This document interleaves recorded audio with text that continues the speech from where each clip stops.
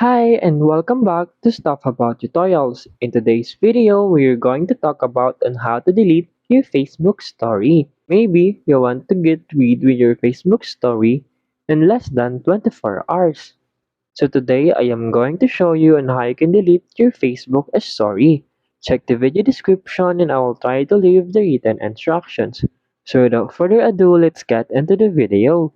First you need to do is to open your Facebook application and log in with your Facebook account. And then in here, simply tap on this Your Story.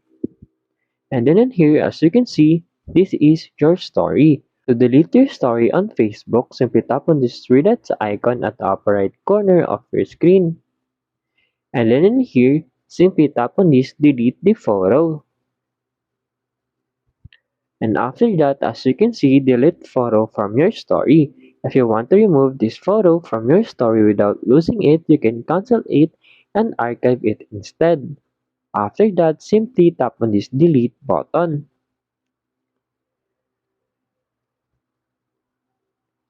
And now as you can see, the photo and deleted. And also you can see you don't have story anymore.